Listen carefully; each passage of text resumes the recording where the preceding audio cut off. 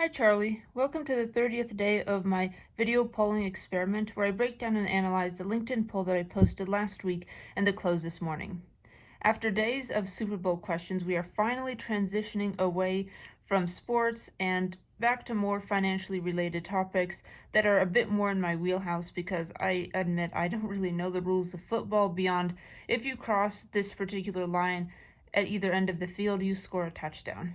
So anyway, this poll was posted the day after the February 9th Super Bowl when enthusiasm for that topic was definitely dying down among my voters and among Americans in general. So the poll question that I ended up posting was, is Google stock a good long-term investment? Now, nothing that I say in this video is supposed to be financial advice. It's not financial advice. I don't have the appropriate licenses to dispense financial advice.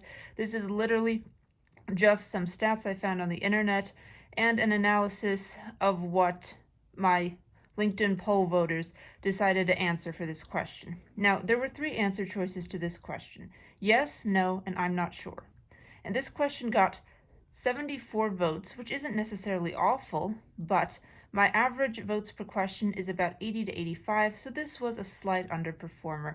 And I guess it's because assessing whether Google is a good long-term investment probably requires some level of financial knowledge or familiarity with that company and that stock. And maybe people were a bit nervous about answering this question and being somehow proven wrong, even though that's not really possible with these poll questions. There's never a right or wrong answer. It's just what answer you think best fits the question in your financial or non-financial opinion.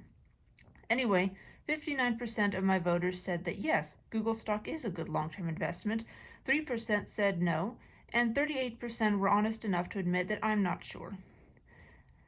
Now, this isn't necessarily the most surprising distribution. I'd say the most eye-catching thing is that 2 of my 74 voters said that Google stock is not a good long-term investment. I would love to interview them about why they think so.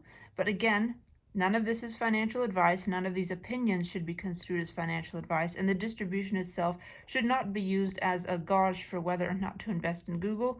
Please consult a financial professional for actual financial advice if you would like to venture into the investment world, because it's generally not a good idea to invest in things that you barely understand. If you have no idea what Google does to make money, you probably shouldn't be investing in it. Again, not financial advice, just some common sense speaking.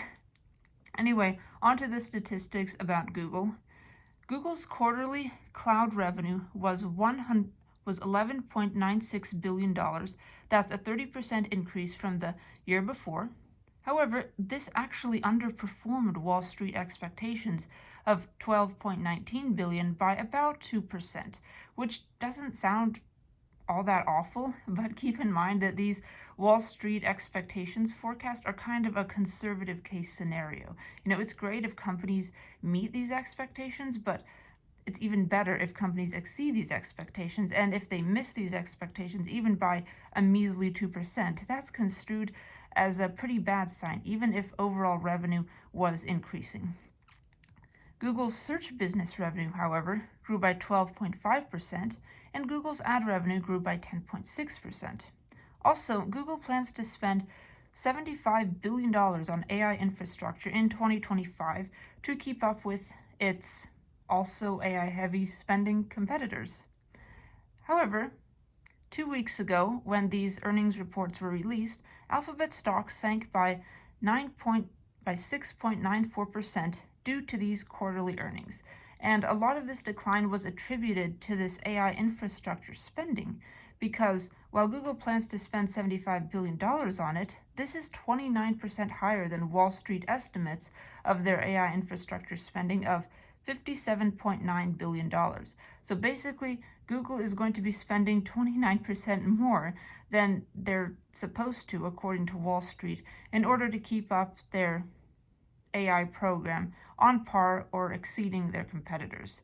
Now, the stock market is notoriously fickle. As you can tell from these statistics, a lot of the news about Google is actually quite good. For instance, their search business revenue and their ad revenue and even their cloud revenue grew by double digits over the past year, yet it's this little factoid about AI infrastructure spending, which isn't necessarily in Google's main business. Sure, Google has that AI summarization feature, but it's not nearly as advanced as something from, say, ChatGPT.